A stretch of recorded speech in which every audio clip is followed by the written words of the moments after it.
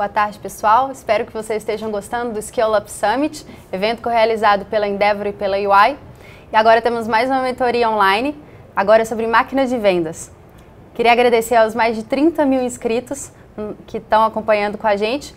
Lembrando de deixar sua pergunta no chat que está ao lado do vídeo para a gente poder responder aqui. E depois a gente vai deixar o vídeo gravado no nosso canal, então não esqueça de se inscrever para acompanhar essa mentoria e outras também. Eu sou a Júlia Ribeiro, sou coordenadora da Endeavor Minas, estou aqui com o Antônio Serrano, mentor da Endeavor. Serrano, se apresenta para o pessoal. Bom, boa tarde, pessoal. Obrigado aí pela participação nesse evento. Parabéns, Endeavor, aí, um evento de primeira, cada ano melhor. E, bom, me apresentando rapidinho, sou engenheiro de formação, trabalhei mais de 10 anos em consultoria de estratégia e faz 4 anos eu estou trabalhando na Votorantim Cimentos como responsável aí por um time de 214 pessoas nas áreas de operações comerciais e na parte de marketing também. Legal. Serrano, para começar, o que é máquina de vendas de fato?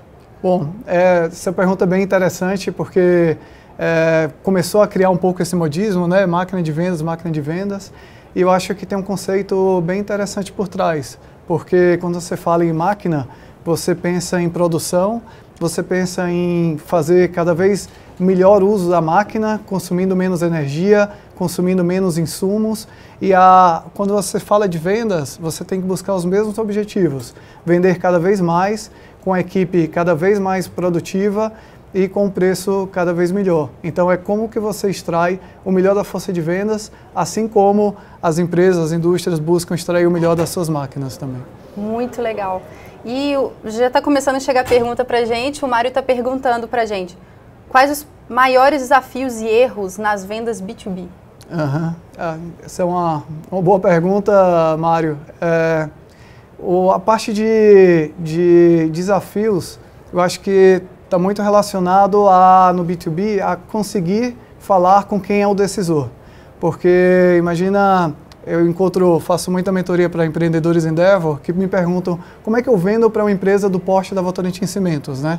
Que é uma empresa que tem uma área de compras, que tem uma área de tecnologia, que tem uma área técnica industrial, que tem uma área de vendas. Muitas vezes as decisões são compartilhadas. Então o empreendedor ele tem um desafio aí de identificar em cada empresa que ele está prospectando como que é o caminho decisório dessa empresa. Cada empresa tem o seu caminho, mas existem alguns tipos de caminhos então o ponto importante aí é identificar qual é esse caminho dessa empresa para perseguir, né? E o erro, eu acho que o principal erro que eu vejo é as pessoas tratarem vendas como se fosse uma arte no sentido de que você pode deixar vendas sem um método e isso vai fazer com que dê certo, né? O que eu tenho observado aí na minha experiência é que cada vez que você coloca mais método, mais acompanhamento, mais análises, você consegue direcionar melhor o time de vendas para saber qual lead eles devem abordar, qual lead eles não devem abordar, quantas visitas eles têm que fazer em determinado número de clientes, que clientes eles devem visitar mais, que clientes devem visitar menos. Então a força de vendas, ela às vezes se sente muito solitária, porque ela fica lá no campo tentando descobrir como que ela faz para vender mais, e a gente que está na área de apoio precisa desenvolver alguns métodos e dar o feedback para o vendedor. Olha, você está indo bem aqui você pode melhorar, aqui você vendeu com preço muito barato, aqui você está precisando prospectar novos clientes, aqui você já tem um bom número de prospecção, precisa aumentar a conversão. Então tudo isso a gente tem que passar para o vendedor. E o maior erro então que eu acho é você deixar isso um pouco solto, assim, achando que por inércia as coisas vão funcionar sozinhas. E não existe escola de vendas, a gente precisa estabelecer treinamentos e processos, né? Tem algum processo que, desde o começo de uma empresa, é importante estabelecer quando a gente fala de processo de vendas? No começo, as primeiras vendas são feitas muitas vezes pelo próprio empreendedor, né? E o empreendedor, ele conhece tudo do produto dele, ele é o cara mais motivado do mundo para fazer a empresa dele acontecer. Então ele tem um nível de energia, um nível de conhecimento que muitas vezes isso não é replicável. Por melhor que seja o seu time de vendas, muitas vezes todo esse engajamento, toda essa paixão, você muitas vezes tenta, mas nem sempre você consegue passar. Então, o desafio do empreendedor é ele entender o que no final ele consegue criar de métodos ou identificar de perfis para que ele comece a recrutar um time. E muitas vezes um empreendedor, quando está no começo, ele funciona muito bem ele recrutar um time muito novo para aprender com os próprios passos juntos com o empreendedor, como que ele cria essa cultura, como que ele vive essa cultura e a partir daí gera essa paixão e gera um modelo de vendas. Essa é a primeira etapa quando você tem muito pouca gente, mas você tem que estar sempre atento de entender o que está no final fazendo a venda acontecer, o que no final está movendo alguém a mudar de fornecedor ou a adquirir um fornecedor de um produto ou serviço que ele nem adquiria. Uma vez que você tem isso bem entendido, aí você deve criar métodos e daí replicar. A palavra aqui acho que é identificar o método e replicar. E aí você pode contratar cada vez mais gente e fazer essa empresa crescer cada vez mais acelerada e chegar no nível de scale-up, que é o que a gente deseja com o Endeavor. Legal. E falando sobre processos, né? A Bruna está falando que hoje a gente fala muito sobre ser consumer-centric, ou seja, ser centrado no consumidor. E ela se pergunta como que ela pode avaliar se o processo dela está seguindo para esse lado. Bom, legal. Eu acho que todo mundo fala, acho que não tem nenhuma empresa no Brasil que fala que não é focada no consumidor, né? É um dos pilares da gente e deve estar nos livros de todas as empresas. Mas a gente, como consumidor, a gente identifica várias empresas que você vê que não tem, parece que o consumidor é a última prioridade delas, né? E você fala assim, assim que eu tiver a chance, eu vou mudar, né? Então, existem vários métodos de identificar se você é uma empresa customer-centric ou não. Tem um método que eu gosto bastante, que foi desenvolvido por uma consultoria americana, que chama NPS, que é Net Promoter Score. Esse é um método relativamente simples. Você deve fazer uma pergunta para o seu cliente se ele recomendaria a sua empresa para um amigo. Você classifica de 0 a 10 e você identifica quem colocou 9 ou 10 como promotor, 7 ou 8 são neutros e 0 a 6 são detratores. O Net Promoter Score é a diferença entre promotor e detrator. Então você pode ter uma empresa que tem menos 100% no indicador, que é todos os clientes deram nota de 0 a 6, são detratores, e mais 100 que todos os clientes deram 9 ou 10, né? Então uma empresa que está numa faixa aí abaixo de 20%, ela precisa ter uma bandeira vermelha, porque ela está gerando muito pouco promotor e isso vai ter consequências no longo prazo. Uma empresa que está na faixa de 20 a 50, está média, tem a oportunidade de melhorar, e as que estão acima de 70 já tem um patamar mais seguro de fidelidade, né? Esse é um método. O outro método é conversar com o cliente. Esse é digamos, o mais simples. Então, empresas que estão começando, têm poucos clientes, então tem que estar muito próximo dele, entender não apenas se ele está satisfeito com o produto, mas também o que mais que você pode fazer. Porque adquirir um cliente é muito caro. Então, uma forma de você gerar mais rentabilidade é você vender mais para alguém que já é o seu cliente, né? Que você já pula a etapa do custo de aquisição, né? E por último, para empresas um pouco maiores, você pode medir o índice de recompra, né? E a partir do momento em que você avalia o índice de recompra dos seus clientes e você identifica alguns comportamentos padrão, você pode inclusive criar uma parte analítica que identifica quando o cliente está quase saindo e agir antes dele efetivamente sair, porque uma vez que ele sai, que ele assume um compromisso com outro fornecedor, fica muito mais caro voltar.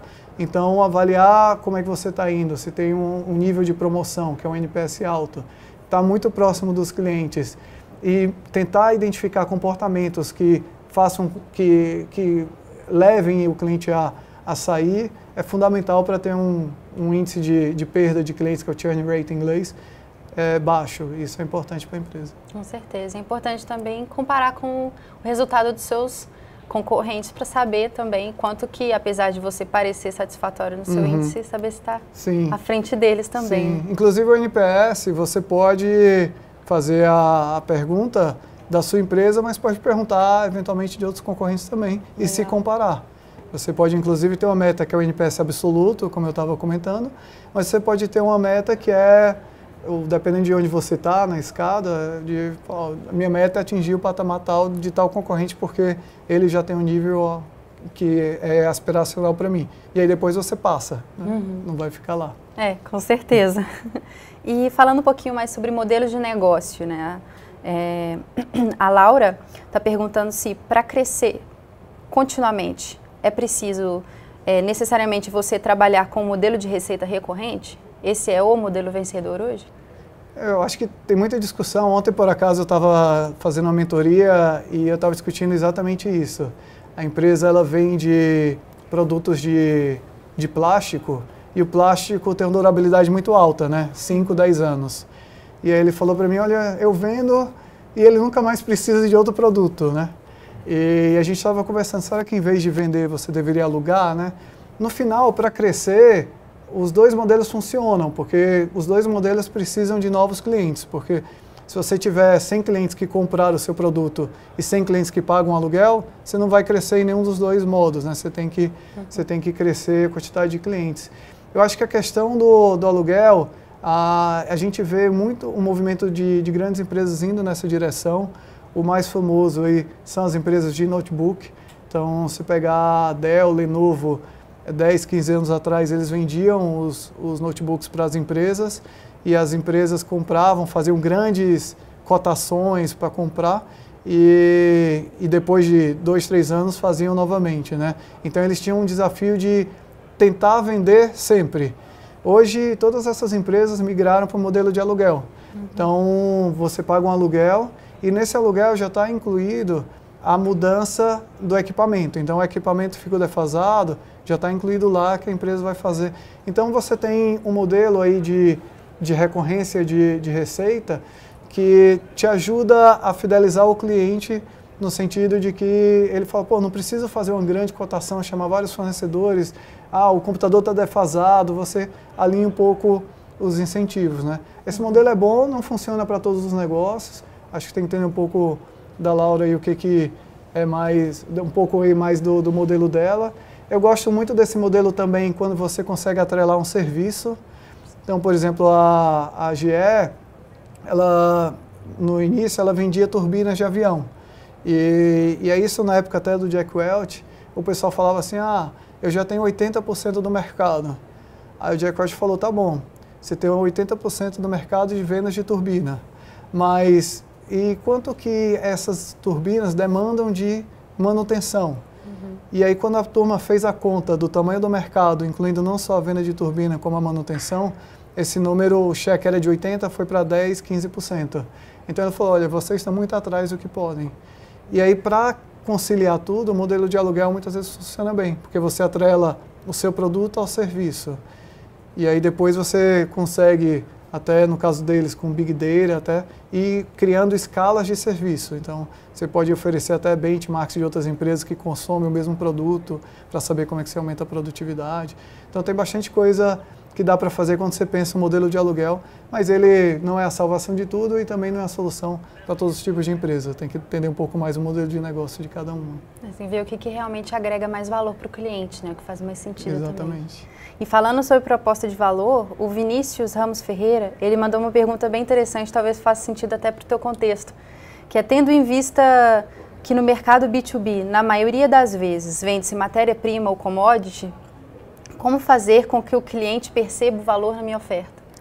Essa é uma pergunta muito boa e a gente vende cimento, né, e alguns outros produtos derivados aí do cimento e a gente entende que cimento não é commodity, tá? Então esse é uma forma até de pensar que te leva a uma outra mentalidade que te ajuda a pensar diferente, né? Porque se você fala assim, cimento é uma commodity, então eu vou colocar o meu preço igual ao do concorrente e acabou tudo, né? E tem várias formas de fazer essa diferenciação, né? A gente tem dois modelos de B2B, porque a gente tem dois segmentos bem distintos. A gente tem um segmento que é o varejo e a gente tem um segmento que são as construtoras. E eles têm particularidades bem diferentes, vou comentar rápido das duas. No caso do varejo, ele compra o nosso cimento para revender para o consumidor final, para o profissional da obra e assim por diante, né? E esse consumidor final, ele, quando compra um cimento da Votorantim, ele sabe que está levando a marca de qualidade e ele é visto, muitas vezes ele é o profissional que está executando a obra, ele é visto pelo dono da obra como, poxa, ele é um pedreiro de qualidade, porque ele está atrelando o serviço dele a um cimento de qualidade. Então, a gente investe bastante em marca, tá? A gente tem investimentos em pontos de venda, investimento muitas vezes em mídia também, para criar o valor na marca, para que a gente associe ao ponto de venda, àquela compra, a gente associe um estilo de vida, uma capacitação profissional melhor do que os nossos concorrentes. Então a gente começou a diferenciar desse jeito. Ano passado a gente lançou em fevereiro um novo produto que é um cimento que a gente chama obras estruturais, que é um cimento mais premium, para aquela parte da casa que tem uma estrutura um pouco mais crítica, que precisa garantir a resistência. Então a gente lançou um cimento especial e a gente tem vendido muito bem esse cimento. Tem sido um ganha-ganha para todas as partes, para a gente porque é um produto mais rentável, para a loja porque ela tem uma margem melhor nesse produto do que no outro, e para o profissional da obra porque ele tem um produto que tem uma resistência maior e ele tem um produto também que tem uma secagem mais rápida e o deixa mais produtivo, né? Esse é um modelo que é B2B, mas ele é um B2B que tem na ponta Sim. o consumidor final, né? Que a gente chama B2B2C. As construtoras, elas têm um outro raciocínio, porque muitas vezes ela fala assim, olha, eu quero um produto que atenda a essa norma. E quem colocar o menor preço aqui, eu vou comprar, né? Então, ela tenta comoditizar um pouco o produto. E a gente começa a ver que outras coisas a gente pode oferecer, né? Então, um dos pontos é, apesar de atender a norma, a gente chega e oferece alguns produtos que estão muito acima da norma, que dão um rendimento melhor para a construtora. A gente também tem um nível de serviço muito bom. Então, a gente tem um nível de entrega, porque custa muito mais caro para a obra deixar a equipe de trabalho parada por falta do produto do que você pagar um pouquinho a mais no produto. Então, a gente agrega valor na entrega também. E a gente também tem um serviço para as construtoras que precisam de uma parte técnica mais sofisticada, para que a gente ajuda tecnicamente em algumas partes da obra, onde vai o concreto, onde vai o cimento. Então a gente acaba oferecendo todo esse conjunto aí de atividades para tentar gerar mais valor e sair do raciocínio de commodity. Muito bom. Tudo isso que você está falando, Serrano, tem a ver com o posicionamento da Votorantim, né, que vocês estão trabalhando tanto. E o Carlos está perguntando justamente sobre isso. O que levar em consideração na hora de criar o posicionamento? Como torná-lo mais assertivo? Carlos, essa é uma parte que começa até antes mesmo, na estratégia, né, da empresa. E às vezes, eu sei, no empreendedorismo, a gente vai muito na tentativa e erro, né? E às vezes não é a gente que define o posicionamento, é o posicionamento que a gente montou em algumas situações que acabaram dando certo, né? Eu acho que no final, a gente fala muito na Endeavor, né? Quando você monta uma empresa, qual problema você quer resolver, né? E qual é o valor agregado que você vai adicionar na solução desse problema, né? Então, quanto mais agregado for o valor que você gera, quanto maior for o impacto que você for gerar na empresa e quanto maior for isso relativo aos seus concorrentes, mais alto você pode se posicionar num comparativo de preços, né? E o contrário também é verdade. Às vezes, a gente tem algumas empresas, fintechs e de outros tipos, que elas estão indo muito na linha de, olha, eu vou oferecer um serviço melhor e mais barato também. Então, vou ser muito competitivo aqui, vou pegar um filão de pessoas que estão achando que está muito caro os investimentos que está fazendo nas suas instituições financeiras e acaba vendo lá um serviço tão bom quanto, dependendo da ótica, às vezes até melhor, por um preço muito menor. Então, um posicionamento de preço menor e mais de combate. Então, acho que vai depender muito de como que você se compara com o concorrente, que outras opções o seu cliente tem, qual que é a segunda opção que ele tem no mercado.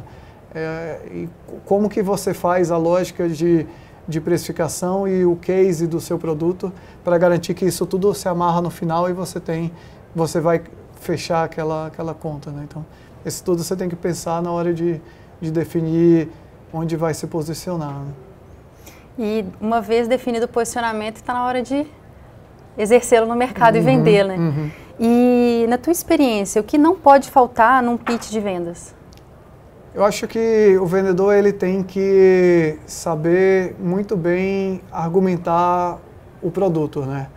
E isso é fundamental. Parece simples, mas eu já vi diversos tipos aí de vendedor. Eu vi vendedor que sabe o detalhe do detalhe técnico e ele entra num detalhe que fica meia hora, o cliente não quer mais ouvir, cansou de ouvir.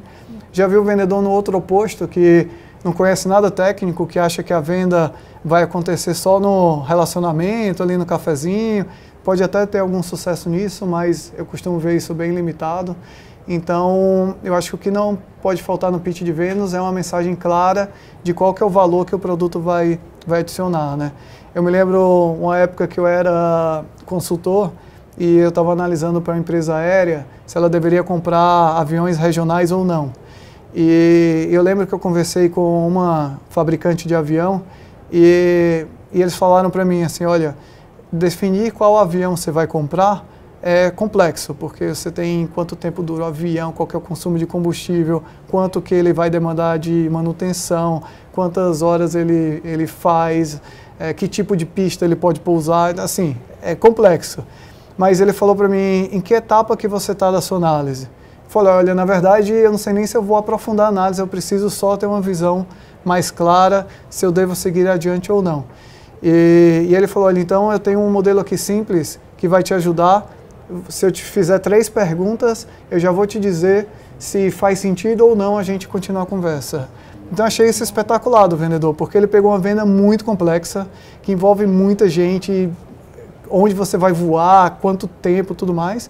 E ele, em 3 perguntas, ele conseguiu simplificar de um jeito que me fez entender se eu deveria avançar no estudo mais detalhado ou não.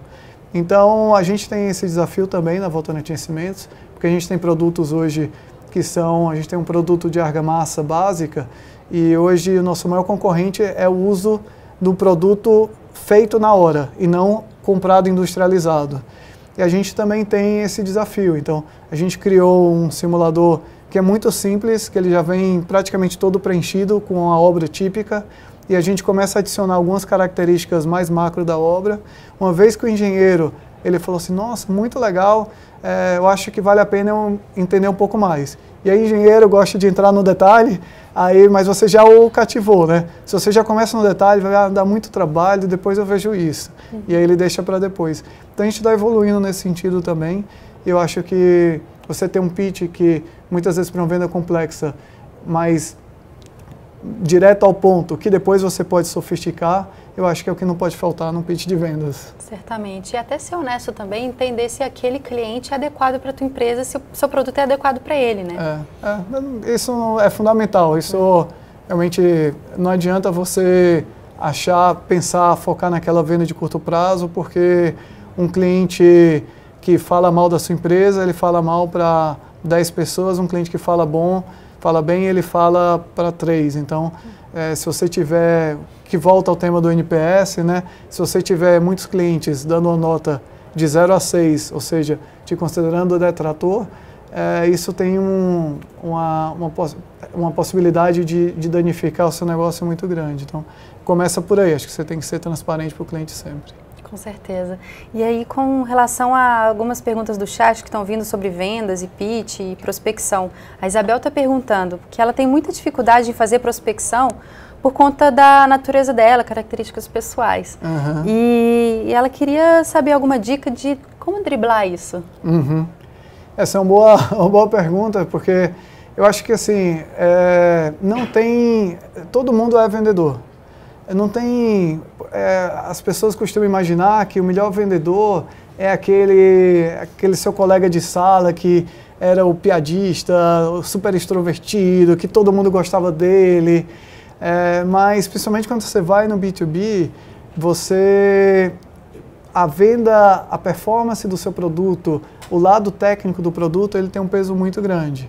Então, a mensagem que eu mando para a Isabela é que todo mundo é vendedor, você também é vendedora. Eu acho que no final você vai precisar realmente abrir as portas das empresas e mostrar seu produto, mostrar seu serviço e ir lá. Eu acho que as primeiras 3 vezes vão ser difíceis, mas eu te garanto que na 4ª vez você já vai estar mais acostumada. Na 15ª vez você vai até pensar assim, nossa, eu tinha realmente vergonha, eu tinha uma timidez. Então é costume. Como tudo na vida você acaba, né, se acostumando. Então o que eu te garanto é que você é vendedora, sim. Então se você tem um produto bom, um serviço bom, você já vendeu pelo menos para os amigos a ideia, e eu garanto que muita gente já se apaixonou pelo seu produto, seu serviço, e com certeza clientes vão também se apaixonar e vão pagar por ele. Então acho que é mais você realmente desbravar esse mundo aí, que eu tenho certeza que vai dar certo. E ainda outra pergunta da Isabel, sobre prospecção. Cold call funciona? Cold call funciona. O que eu tenho assim de melhor para passar nesse sentido? A gente faz isso lá, tá? Apesar de ser uma empresa grande, conhecida, a gente tem clientes em diversos lugares do Brasil que muitas vezes não conhecem tanto a gente, porque tem alguns concorrentes locais que acabam fornecendo os produtos, e a gente faz muito cold call lá. A gente hoje faz mais cold call do que recebe ligações, né? Eu acho que o que eu tenho aí de principal é você ter um método para identificar que tipo de cold call você tem que fazer. Porque o Brasil é muito grande, a quantidade de empresas é muito grande, e conseguir os telefones também não é fácil. O desafio é você, custa caro, muitas vezes você compra, né, esses telefones. O desafio é você ter uma métrica, um método de avaliar o retorno disso, tá? Então a gente tem isso muito bem mapeado lá na Votorantim. Então a gente sabe, para cada tipo de cliente, quantas vezes a gente tem que ligar por mês para fazer uma venda. A gente sabe quais os clientes que a gente não tem que ligar, porque se a gente ligar, a gente sabe que a nossa conversão é baixa. Então, como a gente tem um número limitado de recursos, de tempo, de pessoas, a gente foca naqueles que trazem o maior retorno. Então, o que eu falo para a Isabel é, Isabel, cria um método e vai testando. Vai testando. Se você puder, contrata 1, 2, 3 pessoas para avaliar esse método, acompanha você também pessoalmente aí as ligações, escuta bem. E o que eu tenho de experiência é que muitas vezes a gente acha que o problema está no método. Então, às vezes a gente fala assim, poxa, eu comprei uma base ruim, não tem jeito mesmo, mas é muito importante essa proximidade, porque muitas vezes o problema não está no método, mas está na argumentação de vendas. Então, se você chegar para um cliente e falar assim, eu sou da Votorantim, você teria expectativa de querer receber o meu catálogo de produtos para quando você pensar em comprar, o cliente já se perdeu na frase. Já se perdeu na frase, né? Então a gente tem como filosofia tentar fechar a venda, mesmo vendas complexas, na primeira ligação. Não fechar a venda exatamente, mas a gente entende que alguém só vai comprar o nosso produto se tiver uma proposta comercial na mão. Então a gente tem como objetivo, primeiro passo, ter uma proposta de comercial na mão do cliente. Obviamente que não é uma proposta comercial a esmo, né, que a gente manda genérica, é uma proposta comercial já tendo ouvido um pouco da necessidade do cliente. Então a gente tem como objetivo, na primeira ligação, já tentar fazer isso. Então, senhor, eu sou da Votorantim Cimentos, tenho aqui um produto que vai ajudá-lo bastante nessa etapa de obra que você está. Eu posso te mandar uma proposta para você estudar e me retornar em uma semana? E aí o cliente já, às vezes ele fala assim, eu quero conhecer. Então tá bom, eu vou te mandar aqui a proposta e daqui uma semana ele nunca liga. Mas aí você aciona ele, né? Você fala assim, então eu sei que você está muito ocupado, não teve muito tempo para conseguir ver a proposta que eu mandei, mas você acha, mas só te resumindo aqui o que a gente discutiu da última vez, qual que é a proposta, vamos fechar. Então você já começa, ele está com a proposta em mãos, então você já começa a tentar fazer o fechamento. Então cada ligação é uma proposta ou um fechamento. A gente tenta criar essa cultura para fomentar e ter sucesso nos cold calls que a gente faz também. Dando um passo atrás, bom, a gente só esclarecendo o cold call, que é essa primeira ligação, né? Sim. Que é feita antes de você ter iniciado qualquer contato com o cliente. A gente falou um pouco sobre interações dos vendedores, né, com o cliente agora, com a tua explicação. Qual seria o tempo ideal entre as interações do vendedor, desde essa primeira prospecção, até as reuniões de negociação, caminhando para o fechamento? Tem algum Então, não tem uma regra geral, assim, vai depender muito do processo de negociação do cliente, né? Então, você tem clientes, por exemplo, pensando numa loja de material de construção, só para tangibilizar para todo mundo. A loja precisa do cimento quase toda semana. O cimento é para a loja de material de construção, como o pão é para a padaria, não pode faltar. É um produto de âncora que leva o cliente à loja, primeiramente. Então, é uma compra muito recorrente.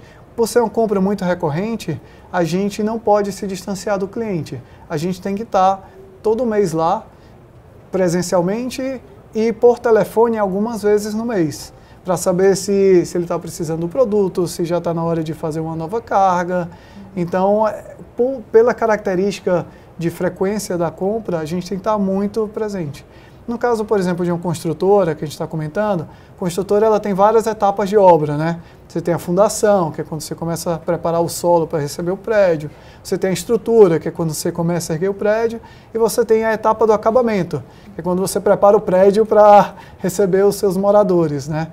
E cada etapa tem o seu tempo e normalmente o processo de compra está muito vinculado ao início dessas etapas. Então, em linhas gerais, 3 meses antes do início de uma etapa, a gente começa o processo de negociação. Então, a gente tem produtos para todas as etapas da obra, então o que a gente mapeia? À medida que a obra vai caminhando, às vezes atrasa um pouco, às vezes adianta, a gente vai monitorando isso, então o vendedor visita na loja, quando o cliente liga para a gente para colocar uma carga, a gente pergunta para ele em que status que ele está da obra e a gente alimenta o nosso sistema com essa informação e a gente sabe que a partir de um determinado ponto ele está para terminar uma etapa, então é onde normalmente precisa entrar a negociação. E aí a gente começa a medir quanto que o vendedor está conseguindo visitar dessas obras, quanto que ele está ofertando para o cliente em proposta e qual que é a conversão dele. Então a gente começa a ter um detalhe da força de vendas, da performance dela. Então a gente tem isso bem quantitativo. Então eu sei que o vendedor Antônio, ele está indo bem aqui, vendendo um preço alto, com conversão alta, mas às vezes ele está com uma carteira pequena, então ele precisa ampliar a carteira de prospect. Tem vendedores que têm uma carteira de prospect muito grande, que não vai dar conta, humanamente impossível visitar tudo. Então a gente redistribui geograficamente com outros vendedores da região. Então a gente faz todas essas análises e tenta aí garantir que a gente tem um contato muito próximo com o cliente. A pior coisa que pode acontecer é você perder uma venda porque você perdeu o tempo exato da negociação. Então isso é bem importante. Com certeza, né? E aí não perder a venda, no caso. E tem alguma ferramenta, a Luana está perguntando, quais ferramentas ou estratégias posso utilizar para mapear o processo e gatilhos de compras dos potenciais clientes? Ou seja, exatamente esse momento que você está falando, né? Opa, eu acho que ele vai estar no momento de fazer mais uma compra de cimento e tudo mais. Tem alguma dica que a gente pode dar para ela? Então, existem várias ferramentas de força de vendas no mercado e todas elas têm seus lados bons, lados ruins e seus preços, né? Aqui, o que eu acho mais importante, eu comento isso bastante com os empreendedores quando eu faço as mentorias, é você não achar que a ferramenta é a solução. Você terceirizar para a ferramenta a sua necessidade, o seu desafio de entender o seu processo de vendas. Eu recomendo, inclusive, para os empreendedores que estão no Scale Up um pouco mais aí para o início, de usar o próprio Excel mesmo e, de forma um pouco mais dentro de casa, identificar qual que é o processo e qual que é o método. Uma vez que você tem essa primeira versão do método identificada, aí você começa a informatizar para ganhar produtividade. Aí tem várias ferramentas. E saiba que isso é um processo sem fim, tá? Tem empresas que recomeçam do zero o seu processo de vendas porque fez uma outra forma mais eficiente. Tem empresas, como é o nosso caso, que desde quando eu entrei em 2014, que a gente implementou uma série de ferramentas de venda, a gente vem sofisticando, mas o coração dela, por enquanto, não alteramos, né? Então, acho que antes de pensar muito na ferramenta, é pensar nas vendas que foram realizadas, o que deu certo ali, né? E às vezes pergunta para o cliente mesmo, o que me fez você comprar de mim e não de um outro fornecedor, né? As pessoas, elas são muito mais abertas do que a gente imagina. E, obviamente, elas não vão revelar nada confidencial, mas elas vão dar dicas muito importantes para você entender em que etapa que você me conquistou, né? Então, acho que essa pergunta é importante. Então, eu faria algo um pouco mais nessa linha, e uma vez que a empresa está mais sofisticada, aí tem diversas ferramentas que se enquadram em diversos tipos de indústria. Aí depende um pouco mais de cada necessidade. E aí eu recomendo, faz uma cotação com 3 empresas, pelo menos, deixa as empresas entenderem o seu processo, aproveita o momento de entendimento dessas empresas para refletir também sobre o processo, porque, como eu estava falando, isso é algo que nunca para, né? Então você tem sempre a oportunidade de melhorar no seu processo de vendas. E uma vez que você conversou com 3 empresas, tem as 3 cotações, os prós e contras de cada uma, você vai estar apto aí para tomar a melhor decisão para a sua empresa. Com certeza. É bom a gente não deixar a ferramenta, a gente trabalhar pela ferramenta e ser o contrário, né? Exatamente. E, bom, falando sobre fechar uma venda, a gente precisa chegar no decisor, né, das empresas com quem a gente quer trabalhar. E o Marcelo está perguntando como chegar rapidamente ao tomador de decisões da empresa, que às vezes você, principalmente em grandes empresas, é uma trajetória até chegar lá. Então, como chegar lá? Como fazer esse Marcelo, processo? como eu estava falando logo no começo, esse é o principal desafio, né? Essa é a parte mais difícil. Mas o melhor dos mundos é quando você não precisa chegar até ele chega até você. E tem algumas empresas, principalmente de B2B, que elas têm investido bastante em conteúdo. E conteúdo no blog, ou às vezes uma postagem no LinkedIn, no Facebook. E com essas postagens de conteúdos relevantes, elas têm conseguido, e às vezes é um investimento que não é nos primeiros 6 meses, mas é um investimento que depois de 1 ano e meio, 2 anos, ele começa a dar um retorno. Então essas empresas, eu conheci 2 mais recentes que eu fiz mentoria com elas, que têm investido muito nisso e têm conseguido o lead originado pelo próprio conteúdo. Então aí fica a venda muito mais fácil, porque alguém já demonstrou interesse, né? E aí tratar esse lead normalmente tem um retorno muito maior, né? Mas esse é um caso que talvez nem todo mundo consiga fazer, né? Então, no final, chegar ao decisor é uma tarefa realmente difícil, porque cada empresa tem a sua cultura, tem os seus processos, tem os seus métodos de decisão. Algumas a decisão é mais centralizada, outras a decisão é tomada em comitê. Então, no final, o mais importante é você acessar pessoas dessa empresa. Então, muitas vezes você não conhece. Eu tenho um amigo que ele me procurou para vender um software que é para o RH. Aí ele falou, olha, eu sei que você não é do RH, você é da área de vendas e marketing, mas me explica um pouco, até com quem que eu tenho que falar lá, né? Então, muitas vezes você, ou num cold call, cold e-mail, né, via LinkedIn ou via alguma outra ferramenta, você conversa com alguma pessoa que está mais próxima de você, que é um amigo de um amigo, um conhecido de um conhecido, e aí você começa a entender para aquela empresa qual que é a cultura, né? A outra forma que às vezes dá certo, às vezes não dá certo, é contratar pessoas que já têm um relacionamento com aquela indústria, né? Então tem muitas startups, muitas empresas novas que acabam contratando empresas ou pessoas que já atuaram com aquele tipo de cliente, em outra empresa, não concorrente, mas com aquele segmento de cliente, né? Então, por exemplo, a empresa de manutenção, eles me falaram que eles contratam, eles são serviços de manutenção, eles contratam pessoas de uma empresa que fabrica equipamentos industriais. Então, você já tem alguns contatos estabelecidos, né? O desafio aí, quando você contrata alguém que já vem do mercado, é você colocar dentro dessa pessoa a cultura da empresa e a necessidade de uma startup de ter uma pessoa que faz tudo, assim, porque uma pessoa que é um gerente sênior de uma multinacional, ele normalmente tem toda uma equipe por trás dele que dá um apoio para que ele seja bastante produtivo na venda. Quando essa pessoa vai para uma startup, ela muitas vezes vai com a expectativa de ter alguma coisa parecida. E ela é acostumada com isso, então tem um desafio transformacional grande aí e muitas vezes, por isso que eu falo que muitas vezes isso não dá certo, tá? Mas é uma forma também de tentar gerar uns leads ou descobrir para algumas empresas como que você descobre aí quem que é o decisor.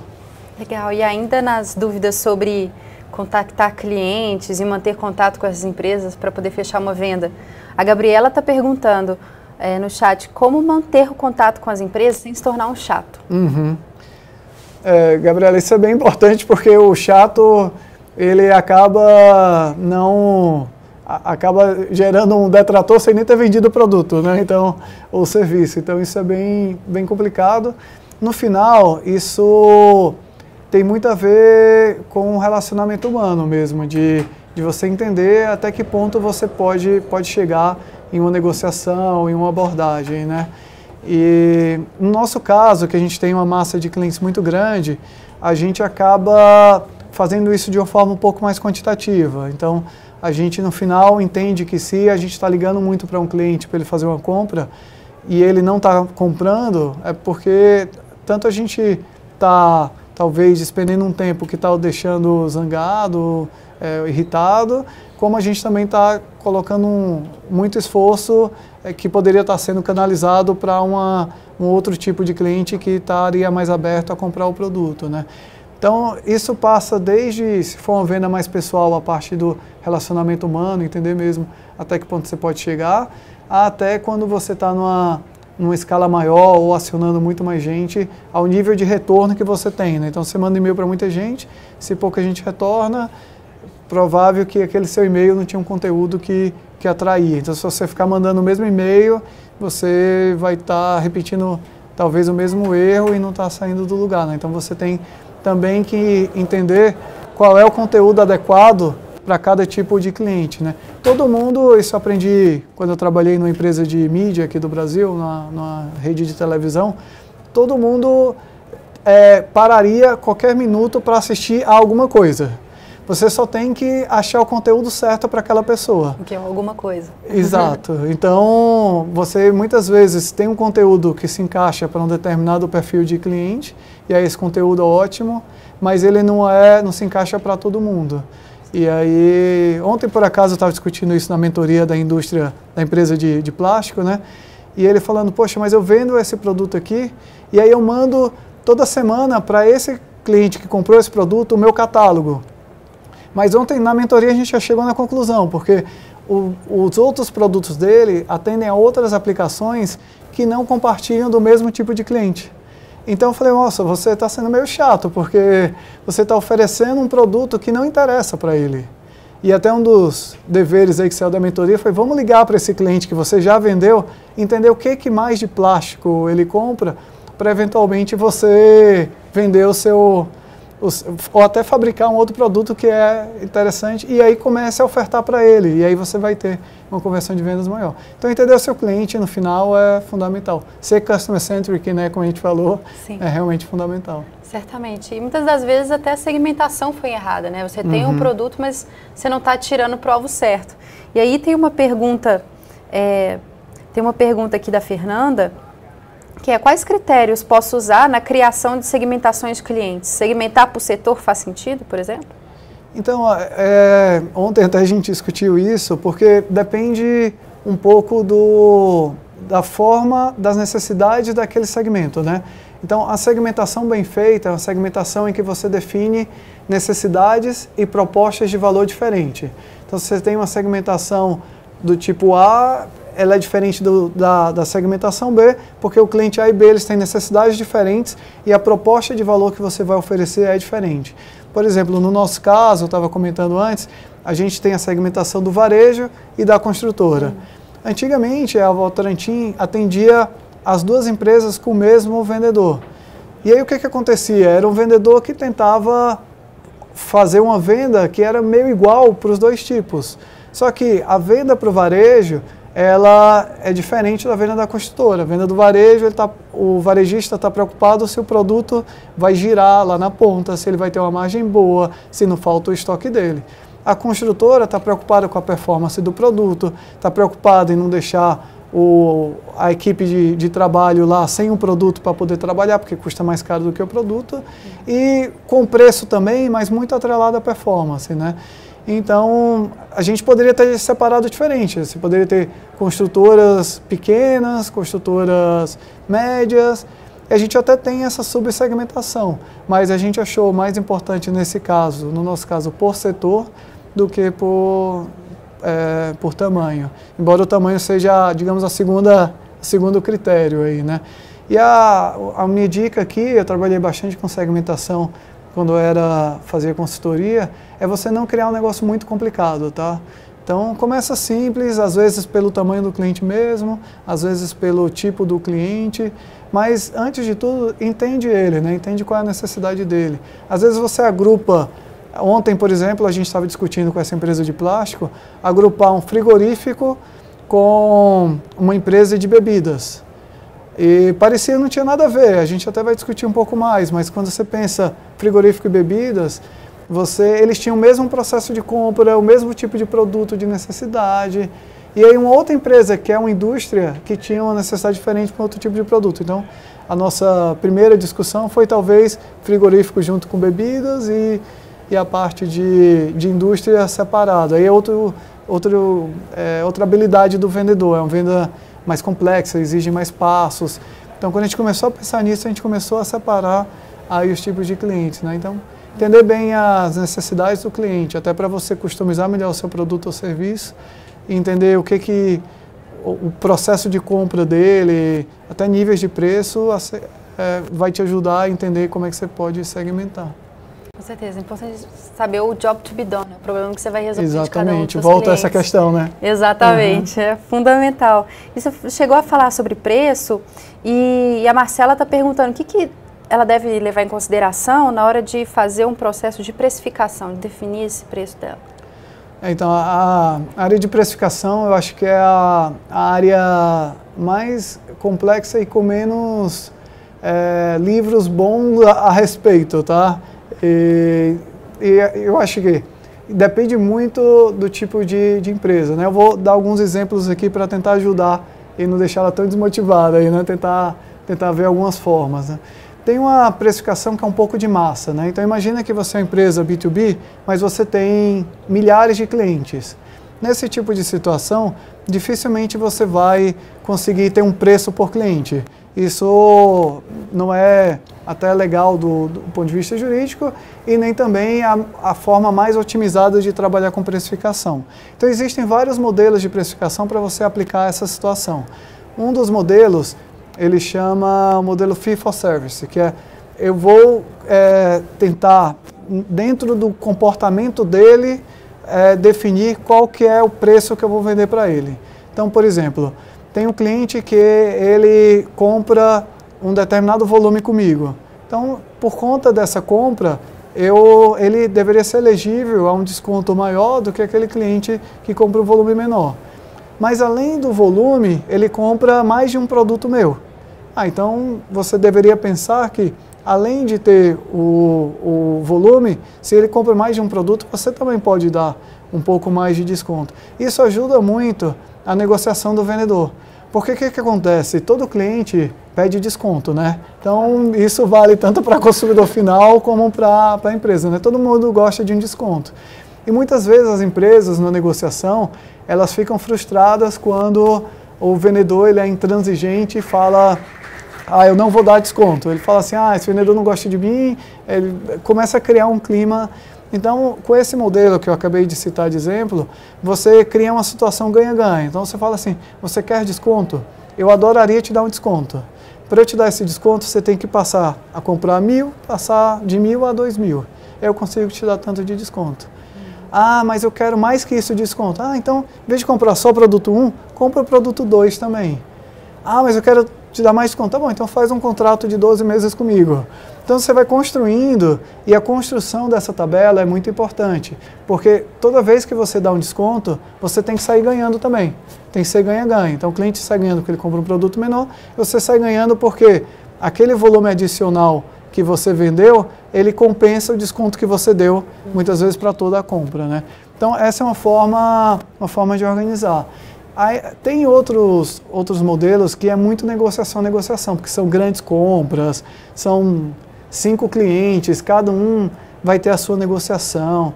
Então, no final, você acha que tem dois caminhos aí, né? Um caminho é você acompanhar a performance dos vendedores. Então, a gente tem grandes clientes, a gente acompanha para o preço, qual é o nível de conversão e qual foi o nível de desconto que os vendedores deram. Então, vendedores que têm menos desconto, que dão menos desconto e tem uma alta taxa de conversão, a gente tenta criar uma sala de melhores práticas para saber o que eles estão fazendo de diferente, porque tem muito valor quando eles fazem isso, né? Então, acho que esse é um caminho para a gente pensar, e quando é uma venda de grandes volumes, né? Entendi. E ainda sobre preço, o Lucas Santos, ele está se perguntando se valeria a pena entrar em briga de preço ou se deve mostrar o valor da empresa. No final do dia, tem uma questão de posicionamento, escolha estratégica, mas que tipo de dica a gente pode dar para ele nesse caso? Olha, entrar em guerra de preço é perde-perde para todo mundo. Perde, talvez não para todo mundo, porque o cliente que está pagando menos às vezes acaba, mas no final as empresas, algumas acabam quebrando e o cliente no final vai ter menos opção. Sim. Então acho que no longo prazo é perde para todo mundo, né? Mas isso acontece, né? A gente vê empresas entrando em guerra de preço, e um caso que me vem à cabeça agora foi o do Kmart contra, não lembro se foi a Compcom lá nos Estados Unidos.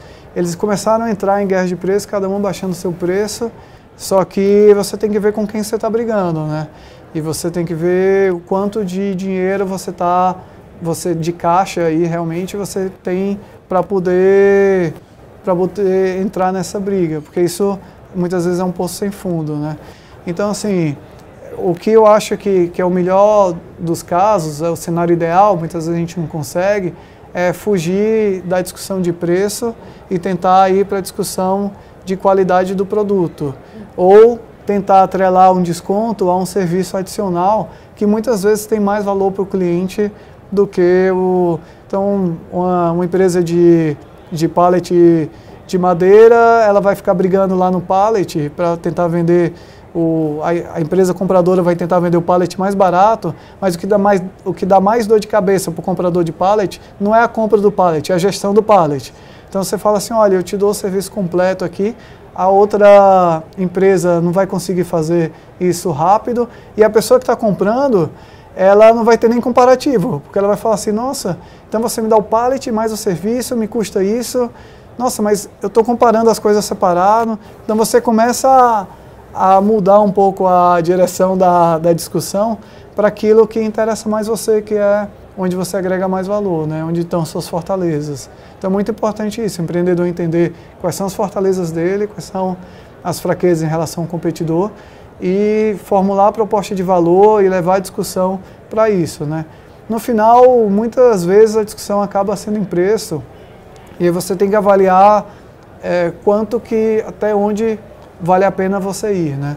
E aí, fazendo análise de quanto que você está convertendo, a que preço, e a partir daí tentando buscar até uma curva de elasticidade, começa a te ajudar a planejar melhor. Então você fala assim, olha, toda vez que eu dou 20% de desconto, eu converto 80% das vendas. Quando eu não dou desconto, eu converto metade das vendas. Tá, em que situação que eu gero mais margem para mim, né? Então, quando você começa a ter essas curvas, você começa a entender até onde você pode ir, né? E às vezes você está numa situação que você precisa gerar mais volume, às vezes você está numa situação que você já está com o nível de ocupação da sua fábrica melhor e você pode buscar um pouco mais de rentabilidade. Então, não tem uma resposta direta, mas tem algumas ferramentas que te ajudam aí a equacionar tudo isso e tentar tirar o melhor da sua empresa e fazendo o melhor para o seu cliente também. Certamente. E às vezes tem um ponto ótimo para esses descontos, né? Às vezes o nível de conversão ele começa a ficar mais tímido conforme você aumenta o desconto. Com 30% pode ter um aumento menor, né? E ainda com relação a questões de precificação, né? O Samuel está perguntando como identificar se um cliente ele é menos ou mais suscetível à questão de preço e valor, né? Para ver se ele entra ou não nessa briga. Pois acho que a primeira pergunta que você tem que fazer quando você entra numa discussão, numa negociação, é se você está competindo com outras empresas ou não. Se você não está competindo com outras empresas, esse é um bom indicador de que o cliente já identificou em você um diferencial que ele muitas vezes não identificou em outras empresas. Então, nesse tipo de situação, você tem a oportunidade de gerar um valor muito grande e não entrar na discussão de preço. Quando você está participando de uma negociação, muitas vezes conduzida por suprimentos, uma licitação, alguma coisa do gênero, você já sabe que vai competir com outras empresas. E aí muitas vezes você sabe quais são as empresas, porque vocês estão sempre se esbarrando aí no cliente, muitas vezes você nem sabe quem são, né? Então você tem que deixar claro aí para a pessoa, para o comprador aí que está coordenando essa negociação, o quanto que realmente o preço vai impactar. Ele está fazendo uma conta, por exemplo, voltando ao tema dos pallets, ele está fazendo uma conta comparando pallet contra pallet, ou ele está comparando o custo de gerenciamento de pallet, que inclui o pallet, mas inclui o serviço de reparo, inclui o serviço de buscar no cliente quando o pallet está com um problema, que inclui o serviço de cobrar o cliente quando ele perdeu o pallet, né? Então, que tipo de comparação que ele vai fazer, né? E aí muitas vezes você também não tem um limite do que você consegue participar pelo número de vendedores que você tem no momento e tal, e aí você pode direcionar os esforços para escolher aquelas licitações, aquelas negociações em que você identifica que o seu valor, o seu produto ou o seu serviço vai ter um diferencial maior. Com certeza. E principalmente no mercado que a gente está hoje, enfim, no geral a gente tem um ambiente muito mais competitivo, né? E quais as suas dicas para criar uma disciplina na gestão do time de vendas, manter ele motivado, mesmo com resultados negativos? A gente também está passando por isso, né? O mercado de cimento, assim como vários outros mercados do Brasil, eles caiu em 3 anos por volta de 30%. E a gente está sempre pensando como ser o melhor na crise. Então, como fazer mais com menos e cada vez mais buscar a produtividade e manter o time motivado, né? Então, mesmo no ano de crise, a gente fez campanhas que levou vendedores para fora do país, se eles atingissem um determinado patamar, sempre atrelando o que é o objetivo na venda com o retorno que ela pode trazer com o prêmio em questão, né? Então, a equipe de vendas, você tem que estar sempre engajando, né? Então, é muito importante você pensar em campanhas, é muito importante você pensar na remuneração variável. Então, qual que é o método de remuneração variável que tem, quanto que você vai definir entre o fixo e o variável.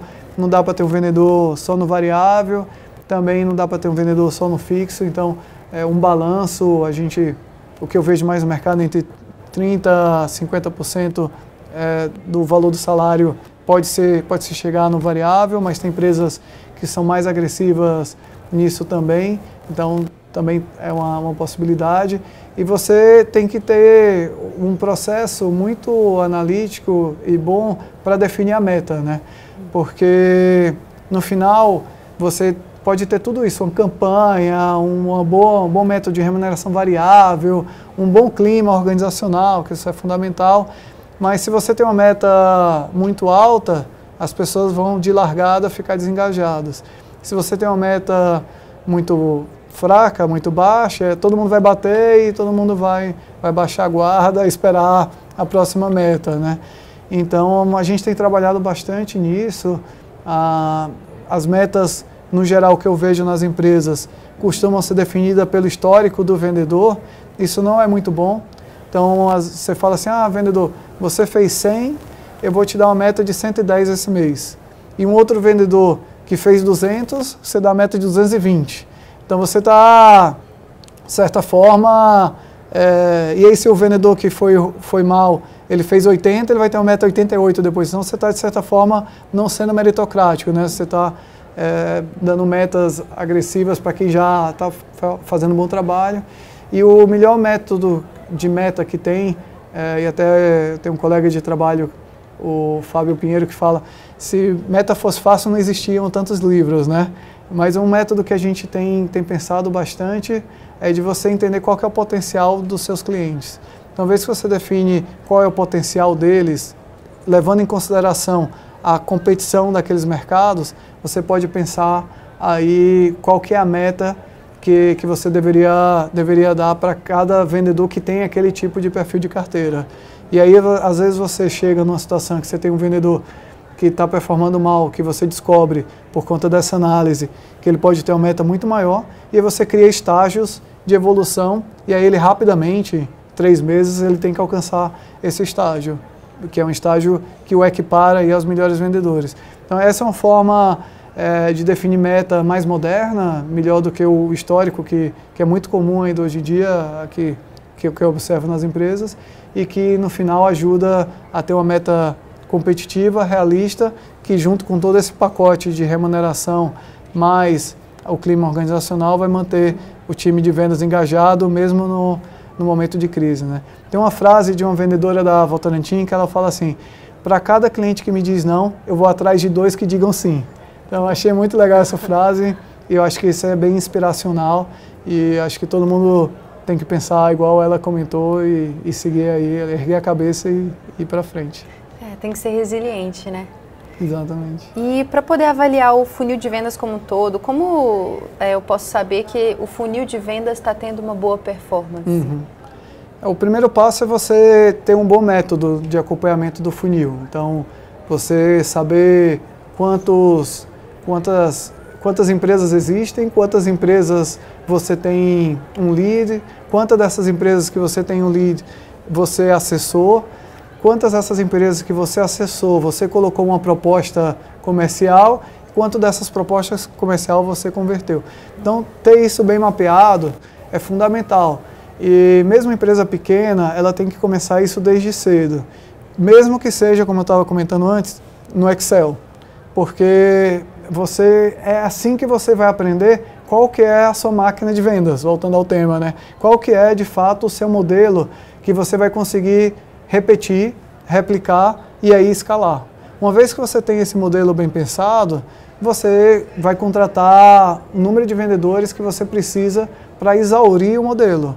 Foi assim que a gente fez lá na Votorantim. A gente desenvolveu um modelo de cold call, que começou pequeno, deu muito certo. Depois a gente de um ano para cá, a gente já dobrou esse modelo. E a gente está sempre se perguntando, é o máximo, a gente está ligando para todos os leads que a gente gostaria ou não? E a gente está sempre criando novos segmentos. Então, a gente ligou para esse tipo aqui e aqui já está dando certo, a gente já tem a nossa máquina de vendas. E se a gente ligar para esse outro segmento aqui, também é um potencial gerador de lead? Às vezes não, e às vezes a gente para, às vezes sim, e a gente começa a rodada. Então, começamos com 2, 3 pessoas, deu certo, 15 pessoas. E a gente vai fazendo essa máquina girar e crescer. Muito bom. Falando um pouco mais sobre métricas, o Felipe está perguntando sobre custo de aquisição de clientes. O que seria um número ideal para o CAC, né, o custo de aquisição de clientes, e quais outras métricas ele deve acompanhar em cada fase do ciclo de vendas?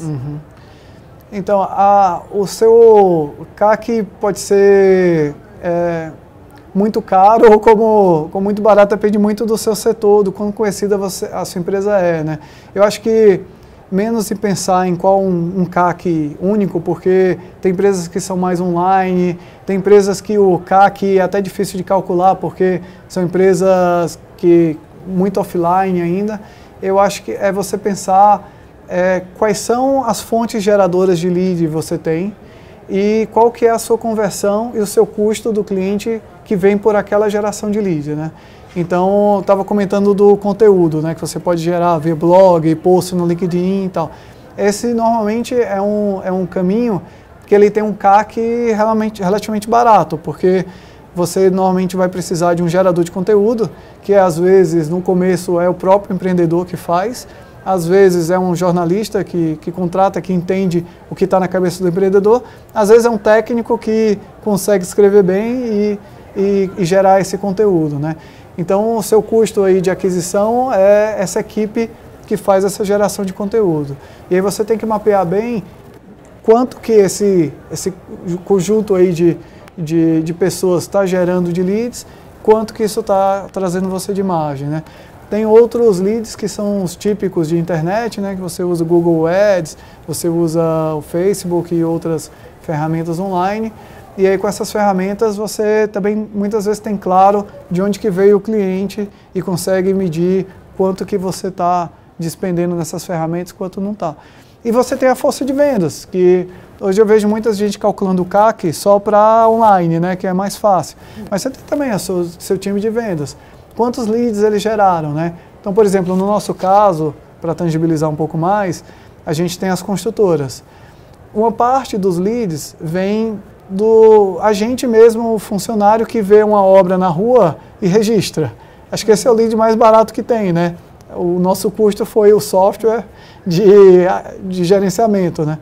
Mas você tem o próprio vendedor também que visita os escritórios e a gente tem também bases que a gente compra.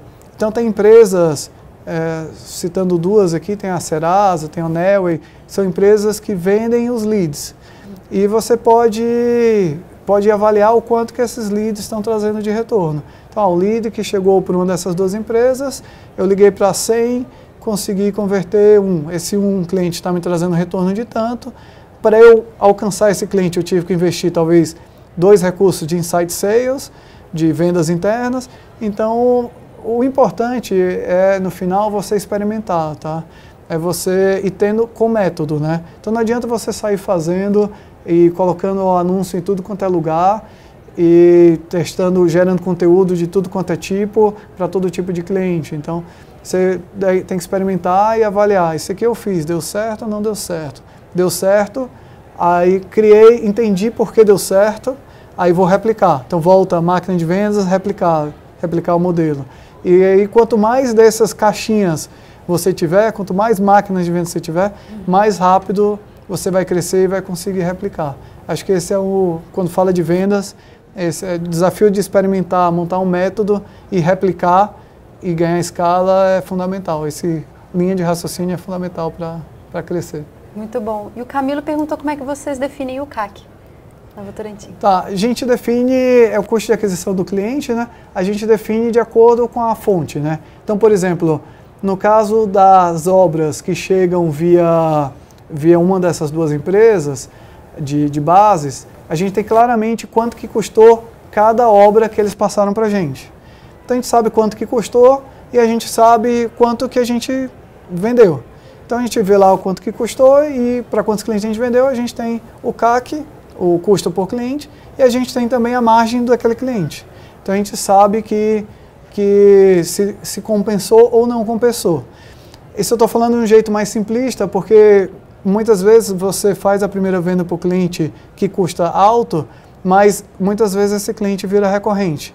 Então, por isso que volta a questão do Customer Centric, de manter uma alta taxa de promoção e conseguir daí cada vez mais ter uma recompra com um CAC menor. Então, esse é um caminho. O outro caminho são as obras geradas pelo próprio vendedor, né? Então, do tempo, quanto custa o vendedor, quanto do tempo dele é alocado para prospecção, quanto que desse tempo, quantos clientes ele gerou na prospecção própria dele, quanto que converteu.